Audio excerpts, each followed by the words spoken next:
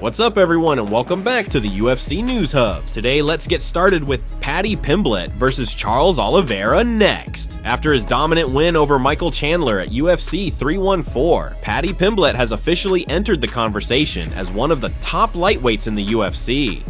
His charisma, fan following, and recent performance have catapulted him to the number 8 spot in the division. Now, all signs are pointing to something even bigger, possibly a matchup against one of the most dangerous and respected fighters in the division, Charles Oliveira. And according to legendary cage announcer Bruce Buffer, that might just be the next blockbuster fight on the horizon. Charles Oliveira is probably the one he'll be coming up against, for sure. That's who I'm thinking about. Oliveira is great on the ground and great standing up. Paddy is proving himself both on the ground and standing up. Both have long limbs. It's going to be a brawl for it all if it ever happens. Bruce Buffer said, Paddy has become a massive star, and it only makes sense that his next fight should be against a top 5 ranked contender. And while Oliveira was one of the names Paddy threw out after his win over Chandler, it's still unclear if the Brazilian will take that fight. That's because Oliveira has made it known that he's only interested in gold. He isn't looking for tune-up fights or stepping stones. He wants the title.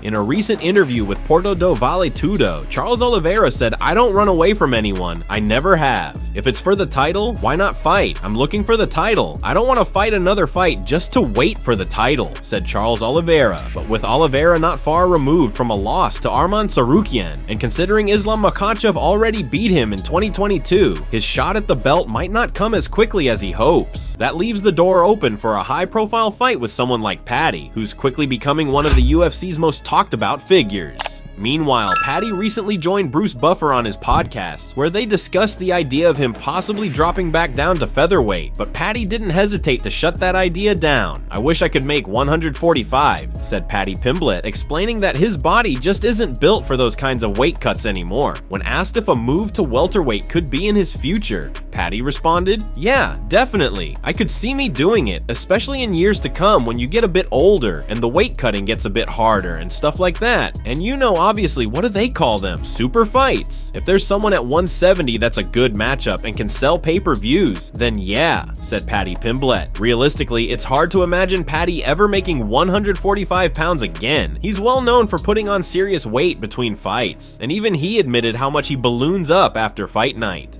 On Sunday, I had about 5 milkshakes after the fight. Literally. This morning I woke up like 198, which is fat, said Paddy Pimblett with a laugh. That kind of fluctuation makes it pretty unlikely that we'll ever see him stepping in on short notice for a lightweight fight either. But what we do know is this: Paddy Pimblett has arrived. His win over Chandler wasn't just a victory, it was a statement. And now, with names like Charles Oliveira being floated around, the stakes are getting higher. Will Oliveira stick to his title-only mindset, or will he accept the challenge of stopping one of the UFC's fastest rising stars? One thing's for sure, if this fight happens, the hype will be real and fans won't be able to look away. Before we continue, subscribe and click the bell icon to help support the channel. Dricus du Plessis fires back at Khamzat Chimaev. Dricus du Plessis didn't waste any time responding to the online chatter. After catching wind of some comments from Khamzat Chimaev, he fired back with a tweet that stirred things up quickly. Dricus wrote, "Let's take a look at the last 2.5 years and tell me who's," before attaching a screenshot showing a clean record for himself, 0 canceled fights, while highlighting that Khamzat had 3 cancellations during the same period. It was a bold move that didn't go unnoticed, but fans weren't about to let Dricus have the last word. One fan clapped back with a comment that clearly struck a nerve.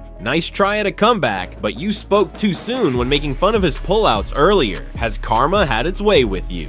That comment referred to the fact that Dricus himself recently had to pull out of a scheduled bout, making his previous digs at Khamzat's history of cancellations seem a little ironic. Dricus wasn't backing down though. He replied with a pointed question of his own. Question is, was the fight signed? It was his way of saying that not every rumored matchup makes it to the dotted line, and if there's no official contract, then it doesn't count as a cancellation. Then another fan jumped into the mix, bringing up something that many had on their minds. Why doesn't it show your first canceled fight with Izzy, referring to a highly anticipated matchup with Israel Adesanya that never came to be? Dricus clarified the situation by simply stating that was never signed. He stood firm that unless there was a signed agreement, it shouldn't be considered a cancellation on his part. Now the big question for fight fans is, what's next? Should the UFC go ahead and rebook Dricus du Plessis versus Khamzat Chimaev for later this year? That would certainly be a heated matchup, especially with all this back and forth adding extra fuel to the fire. Or would you rather see Khamzat face off against Caio Borralho during International Fight Week? Let us know your thoughts, because either way, things are getting interesting. Concerns rise for Sean O'Malley injury. Sean O'Malley fans are starting to worry, and for good reason, with his highly anticipated rematch against Merab Dvalishvili scheduled for UFC 316 this June. A recent video clip has stirred up a lot of concern about his health. The buzz started when real Kevin Cape shared a Snapchat video that shows Sean, also known as Sugar, walking on crutches. That one short clip sent the MMA community into a frenzy, wondering if the fight could be in danger. The first reaction from many was hope. Maybe the clip was old. Some pointed out that O'Malley had braids in the video and it clearly wasn't fight week, so perhaps this was footage from an earlier injury. But then things got a little more suspicious. Other recent photos surfaced, taken at a poker game, and in them, O'Malley and his crew were seen wearing the exact same outfits. That strongly suggests the crutch video wasn't old, but actually quite recent. And if that's the case, people are asking, is Sean O'Malley injured again? If so, how bad is it? Now, to be fair, just because someone is using crutches doesn't mean they're out of the game. It could be something as simple as a minor ankle sprain or a light injury that doesn't require pulling out of the fight. Fighters often take precautions, especially during the lead up to a big event like UFC 316. But with the event scheduled for June 7th, just around the corner, the timing of this video couldn't have been worse for fans eagerly awaiting the rematch. Remember, O'Malley didn't take his loss to Merab lightly. Their first clash ended with Sean losing the bantamweight title last September, and ever since, he's been pushing hard for a rematch. The judges got it wrong. I won that fight, Sean said shortly after their first bout, and ever since he's been campaigning for a second shot. That rematch was finally granted and the hype's been building steadily, so now with a video showing him on crutches spreading like wildfire, it's no wonder fans are nervous.